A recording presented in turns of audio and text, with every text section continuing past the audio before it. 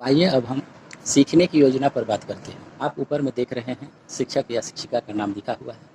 तो यहाँ जो भी प्रशिक्षु हैं वे अपना नाम लिखेंगे। उसके नीचे आप देख रहे हैं कक्षा है। तो यहाँ प्रशिक्षु जो क्लास लेने जा रहे हैं तो किस वर्ग में जा रहे हैं, तो जिस वर्ग में वो जा रहे हैं उसका यहाँ लिखना होगा। अब जैसे मान लीजिए कि कोई 5 क्लास में जा रहा है तो वो यहाँ कक्षा के कॉलम में जो है 5 भरेगा। अब उसके नीचे है विषय। तो विषय में वह जिस विषय को पढ़ाने जा रहा है 5 क्लास में उस विषय का नाम रखेगा। जैसे मान लीजिए कि कोई गणित पढ़ाने जा रहा है तो गणित लिखेगा, कोई हिंदी पढ़ाने जा रहा है तो हिंदी लिखेगा। इसके बाद आता है विषय वस्तु। तो यहाँ विषय वस्तु का मतलब है कि वह जो जिस विषय को पढ़ाने गया तो उसमें वह कौन सा पाठ है, तो यहाँ पर विषय वस्तु में होगा पाठ का नाम। जिसके बाद आप देख रहे हैं कलांश। तो कलांश का मतलब हुआ कि जो वो शिक्षक या प्रशिक्षु जो है पाठ पढ़ा रहे हैं तो उस पाठ में क्या और अवशेष पढ़ाने को रह गया है, अगर वह रह गया है तो उसको हम कलांश के रूप में लिखेंगे। जैसे कि कोई व्यक्ति मान लीजिए कि संज्ञा पढ़ाना चाह रहा है तो संज्ञा पहला दिन पढ़ाया, दूसरा दिन उसके बारे में मान लीजिए कि संज्ञा के कितने भेद हैं बता दिया, लेकिन भेदों के बारे में वह जो है वर्णन नहीं कर पाया, क्लास में उस पर वो चर्चा नहीं कर पाया। तो कलांश में फिर वह जो है कि दूसरे दिन जब जाता है उसी वर्ग में और उसका विषय वस्तु चूँकि वही संज्ञा है, पाठ का जो नाम है, तो उसमें वह जो है अब चूँकि पहला दिन संज्ञा पढ़ा चुका है तो दूसरा दिन वह जो है अब वहाँ क्लास में मेंटेन करेगा। तो विषय तो वही रहेगा, विषय वस्तु भी वही रहेगा, लेकिन यहाँ कलांश बदल जाएगा। कलांश से पता चलेगा कि एक शिक्षक या प्रशिक्षु जो है उस पाठ को पढ़ाने में कितना दिन समय लिया। अब इसके बाद आप देख रहे हैं तिथि। यहाँ पर वह जिस जिस दिन उस कक्षा में जाएगा तो यहाँ पर वह तिथि को मेंटेन करेगा कि इस तारीख को अमुक तारीख को हमने क्लास लिया, इस वर्ग में लिया, इस विषय पर पढ़ाया, विषय वस्तु ये था। और कलांश अगर है तो कलांश ये था, कलांश का भी वो मेंटेन हो जाएगा कि इस तारीख को ये कलांश हमने पढ़ाया। अब इसी तरह से इकाई है, अगर पाठ में इकाई दिया हुआ है तो ये मेंटेन करना है कि कौन इकाई आप पढ़ाएं। तो इस तरह से आप देख रहे हैं कि सीखने की योजना में यहाँ सर्वप्रथम जो है इन्हीं कॉलम को तैयार करना है, भरना है। इसके बाद हम आते हैं विषय वस्तु से संबंधित पूर्व समीक्षा के बारे में। तो यहाँ पर जो विषय है उससे संबंधित जो जानकारियाँ हैं तो यहाँ पर उस चीज़ को देना है। यहाँ पर आगे बढ़ने से हम पहले आपके साथ कुछ चर्चा करना चाहेंगे कि प्रायः हिंदी शिक्षण में प्रशिक्षु हो, शिक्षक हो या शिक्षिका हो, तो समानतः यह देखा जाता है लोग जब हिंदी का शिक्षण देते हैं तो कविता कहानियों के वाचन, पाठ में आए कठिन शब्दों के अर्थ और पाठांत में दिए गए अभ्यास प्रश्नों के हल के साथ उस इकाई के अध्ययन को समाप्त मान लेते हैं। तो यहाँ पर यह कहना है कि वे इतना जरूर बताते हैं कि संबंधित पाठ में कौन सी नैतिक शिक्षा दी गई है, लेकिन यहाँ सावधानी बरतते हुए किसी एक या दो उद्देश्य को ही लेना है जिसे निर्धारित क्लास में हम पूरा कर सकें। उदाहरण के तौर पर यदि हम अंकुर भाग 1 वर्ग 1 के प्रथम पाठ हमारा गांव चित्र पठन को अपनी योग्यता में शामिल करते हैं तो हमारे उद्देश्य जो है वह इस प्रकार हो सकते हैं। यहाँ इसका मतलब ये हुआ कि शिक्षण कार्य करने से पहले एक प्रशिक्षु या शिक्षक का क्या कार्य होगा। तो यहाँ पर समझने की चीज़ है, हमने कहा था कि अंकुर भाग 1 वर्ग 1 के प्रथम पाठ हमारा गांव चित्र पठन को हमको पढ़ाना है। शिक्षक को या प्रशिक्षु को शिक्षण से पहले जो कार्य करना होगा वह यह होगा कि दिए गए चित्र के आधार पर जो बातचीत है तो उसमें सुनने और बोलने के कौशल में वृद्धि करना है। और इसके लिए जो है वो चित्र में जो दिखाई दे रहा है, अब उसमें है कि पालतू जानवर हैं, यातायात के साधन हैं, विद्यालय है, अपना गांव है, और इसमें आप जो देख रहे हैं यह एक चित्रांकन किया हुआ है। तो इस तरह से एक प्रशिक्षु की ये तैयारी होनी चाहिए कि यहाँ पर जो विषय वस्तु से संबंधित पूर्व समीक्षा है। तो इसमें उसकी यह शिक्षा देने से पहले इस कार्य को कर लेना है कि हमको क्या क्या इस पाठ को पढ़ाने में, शिक्षा देने में करना है। अब आते हैं नए विषय वस्तु की चर्चा शुरू कर दी। तो अगर एक शिक्षक या शिक्षिका या प्रशिक्षु वर्ग में जिस पाठ को पढ़ाने जा रहे हैं और उसके बारे में अगर उन्होंने कभी भी उस क्लास में चर्चा नहीं की है, शुरू कर ली है, तो इस कॉलम को भरा जाएगा। अब है कि पिछले क्लास के विषय वस्तु का विस्तार करना है। तो यहाँ पर इसी से जुड़ा हुआ ये अगला कॉलम है। यदि कोई शिक्षक कोई पाठ पढ़ा रहा है और उसमें उसका अवशेष रह गया है, अभी पाठ पढ़ाना बाकी रह गया है, तो वह जब फिर पुनः उसी क्लास में जाएगा और उसी पाठ के आगे जो शेष बचा है उसको पढ़ाएगा, तो वहाँ पर वह यहाँ पर जो कॉलम है कि पिछले क्लास के विषय वस्तु का विस्तार करना है या नहीं, तो यहाँ पर इस कॉलम में भरेगा कि विस्तार करना है, तो इस कॉलम को भरेगा। अब यहाँ पर पिछले क्लास के विषय वस्तु का विस्तार करना है, तो ऊपर दो विकल्प दिए गए हैं जिसमें कि किसी एक पर ही सही लगाना है। तो अगर क्लास में व्यक्ति जा रहा है, जो शेष पाठ बच गया है उसके बारे में बताना चाहता है, तो यहाँ जो दो विकल्प है कि नए विषय वस्तु की चर्चा शुरू करनी है, तो यहाँ पर नए विषय वस्तु की चर्चा शुरू करनी है तो दो, और दूसरा है कि पिछले क्लास के विषय वस्तु का विस्तार करना है, तो दोनों में से एक ही पर सही निशान लगाने की जरूरत है। एक इकाई के वर्ग कक्ष पठन पाठन हेतु लगभग 8 से 10 क्लास प्राप्त होता है।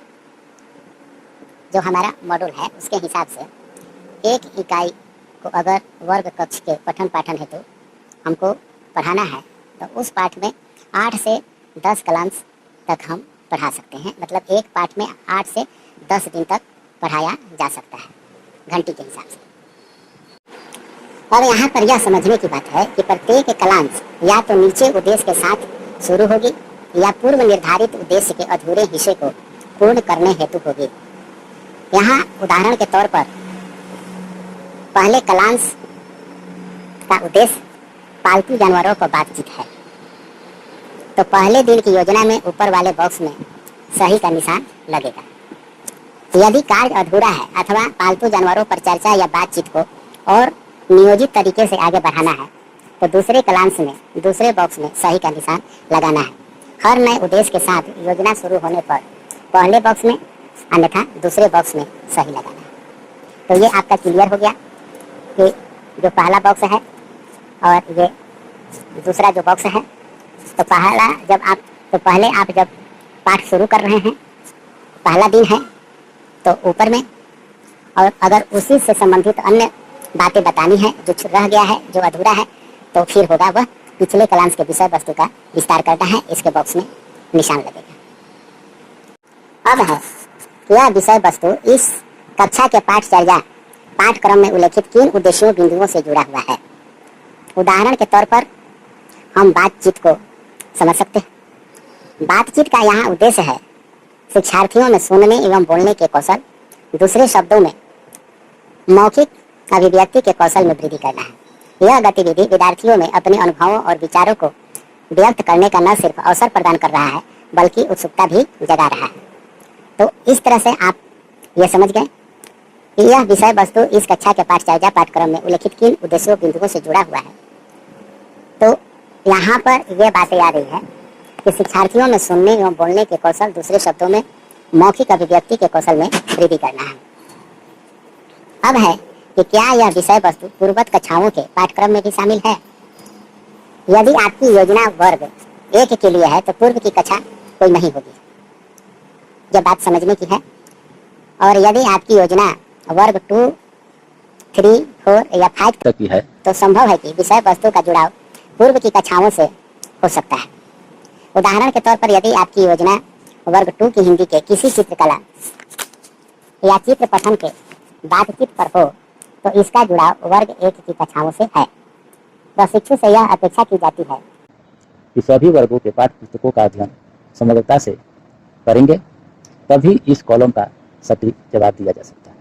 अगर कोई प्रशिक्षु 2 क्लास में गया है पढ़ाने के लिए और उसे पहला क्लास के कक्षा के बारे में विषय वस्तु का जानकारी अगर नहीं है, तो वह इस कॉलम का सटीक जवाब नहीं दे सकता। अब है कि क्या मैंने इस विषय वस्तु का शिक्षण पहले किया है।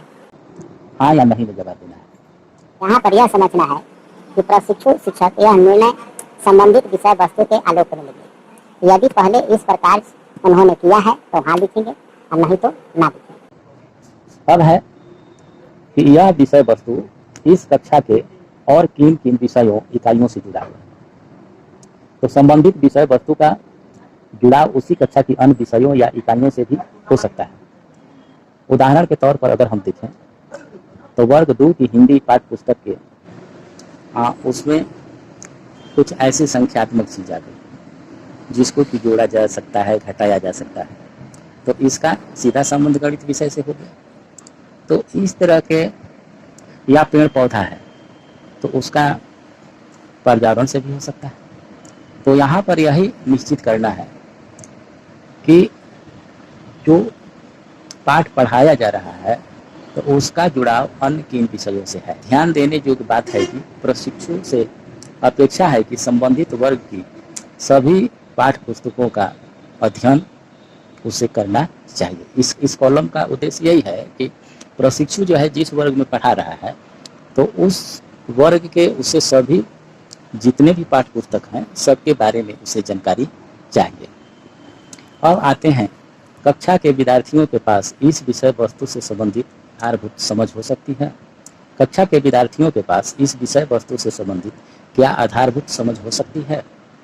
अब यहाँ पर देखिए कॉलम जो है कि बहुत कम, थोड़ा कम, बहुत अधिक। तो स्पष्ट है कि ऊपर दिए गए जो है वह बच्चों की समझ से संबंधित है।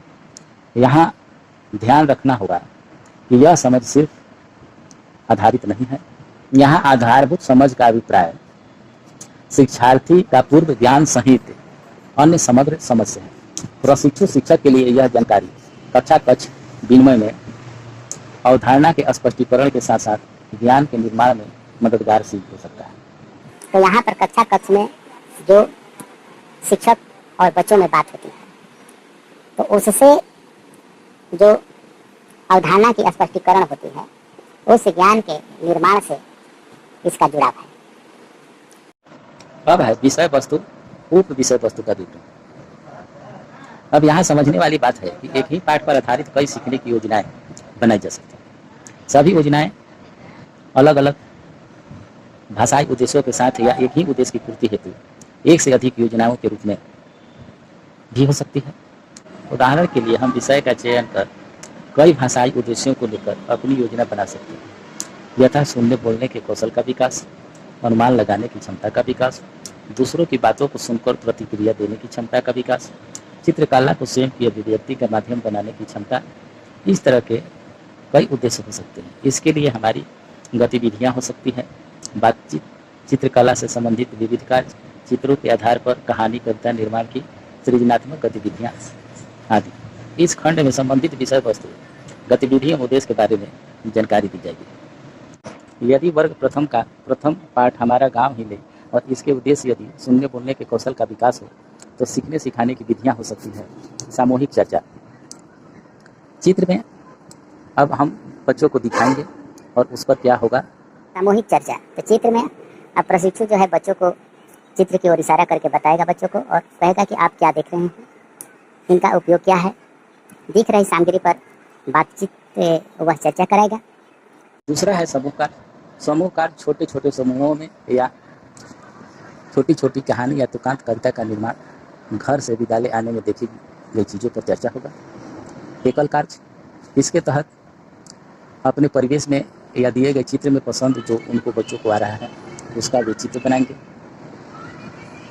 इसके बाद है रोल प्ले। गांव में प्रायः बुजुर्गों की बैठक होती रहती है जिन्हें बच्चे भी देखते सुनते हैं। किसान पालतू जानवरों की आवाज़, भोजन करने, कार्य करने आदि से संबंधित गतिविधियों का रोल प्ले बच्चों से कराया जा सकता है। इसी प्रकार की अन्य विधियाँ जो बच्चे अपने पास पड़ोस में देखते हैं उसको करने को कहा जा सकता है। कहने का तात्पर्य है कि उद्देश्य एवं विषय वस्तु के आलोक में सटीक सीखने सिखाने की विधियों का चयन करें। यहाँ ध्यान देने जो बात है कि आवश्यक नहीं है कि एक सीखने की योजना में सभी विधियों को लेना आवश्यक है। अब है विधियों को क्यों चुना गया। शिक्षा शास्त्री चयन का आधार। अब यहाँ है कि जो आप विधि का चुनाव करते हैं, तो प्रश्न है कि उन विधि को क्यों चुना गया। विधियों पर चर्चा के क्रम में इनके चयन के आधार को भी समझना होगा।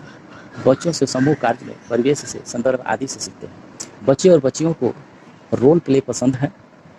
बच्चे और बच्चियों को नाटकीयता पसंद होती है, जो रोल प्ले के चयन का आधार है। खेल, खोज, प्रयोग तो ये प्रायः करते हैं। आवश्यकता बस इतनी रहती है कि ये इनके सीखने सिखाने, अवधारणा स्पष्ट आदि करने का जरिया बने। सीखने सिखाने के विधियों के चयन का आधार मूल्यांकन, स्व मूल्यांकन भी होगा। अवलोकन प्राथमिक कक्षाओं विशेष पर वर्ग 1 और 2 में मूल्यांकन का सशक्त तरीका है। पीयर समूह में शिक्षार्थियों का एक दूसरे का और स्वयं के मूल्यांकन, स्व मूल्यांकन का अवसर प्राप्त होगा। बेशक सीखने की योजना में इनकी चर्चा आवश्यक है। अब आते हैं सीखने की विधि। तो यहाँ पर हम देखेंगे कि विधियों तथा शिक्षक शास्त्री का उनके पूर्व ज्ञान, परिवेशीय समझ, भाषा आदि के रूप में उनके संपूर्ण व्यक्तित्व को नकारना है। सफल योजना उसे माना जाता है जो शिक्षार्थियों को स्वयं से सीखने का पर्याप्त अवसर प्रदान करे। जब शिक्षार्थी प्रभावी सीखने की प्रक्रिया से गुजर रहे हैं तो वे कई तरह से प्रश्न पूछेंगे। शिक्षण कार्य के दौरान यदि विद्यार्थियों द्वारा संबंधित विषय वस्तु से प्रश्न नहीं किया जा रहा है तो पूरे क्लास में शिक्षक शिक्षिका की तुलना में शिक्षार्थियों का सक्रिय सहभागिता की समयावधि अधिक होनी चाहिए, अन्यथा वह बाल केंद्रित शिक्षण नहीं होकर के शिक्षक केंद्रित शिक्षण प्रक्रिया हो जाएगी। इस तरह की शिक्षण प्रक्रिया शिक्षार्थियों के सृजनात्मक शक्ति, क्षमता, चिंतन आदि को कुंद करती है। योजना लचीली होनी चाहिए जो परिस्थिति विशेष में अपने को ढाले। इसी तरह जेंडर संवेदनशीलता भी पूरी योजना में दिखनी चाहिए। सतत व्यापक मूल्यांकन शिक्षण प्रक्रिया के साथ साथ चले। सतत व्यापक मूल्यांकन को सिर्फ मूल्यांकन के उपकरण या तरीके के रूप में देखने की भूल नहीं करनी होगी। यह प्रभावी शिक्षण का ही एक भाग है जो शिक्षार्थी को यथा आवश्यक योजना सहित मदद की मांग है। एनसीएफ 2005 एवं बीसीएफ 2008 की पूरी शिक्षार्थी योजना के मार्गदर्शी ग्रंथ हैं। निश्चित रूप से इनमें सुझाए गए बिंदुओं या सिद्धांतों को सीखने की योजना का निर्माण करते समय ध्यान रखना आवश्यक है। योजना निर्माण करते समय संभावित चुनौतियों को ध्यान में रखना होगा जो समय विशेष में कई अवरोध न खड़ा कर सके, किसी प्रकार के अवरोध न खड़ा कर सके, आप उनसे आसानी से निपट सकें। शिक्षक शिक्षिका द्वारा स्व मूल्यांकन के सुझाव बिंदु कक्षा कक्ष में प्राप्त वास्तविक अनुभव के आधार पर इनमें शामिल बिंदुओं को लिखा जाएगा। फिर आपके है मेंटर और अवलोकनकर्ता की टिप्पणी। प्रशिक्षु इस बात का ध्यान रखें कि वह बिंदु मेंटर अवलोकनकर्ता की टिप्पणी से संबंधित है जो उनके कक्षा का अवलोकन करेंगे। अवलोकन के पश्चात उनके द्वारा समीक्षात्मक टिप्पणी दर्ज की जाएगी। इसी प्रकार है समीक्षात्मक बिंदु। दिए गए प्रारूप में दाहिनी तरफ कुछ मार्गदर्शित सिद्धांत को लिखा गया है। मेंटर और बाह्य परीक्षक अवलोकन के बाद इन मार्गदर्शित सिद्धांतों के आलोक में सीखने की योजना एवं कक्षा कक्ष बिंदु की समीक्षा करेंगे। आज बस इतना ही, शेष अगले वीडियो में। धन्यवाद।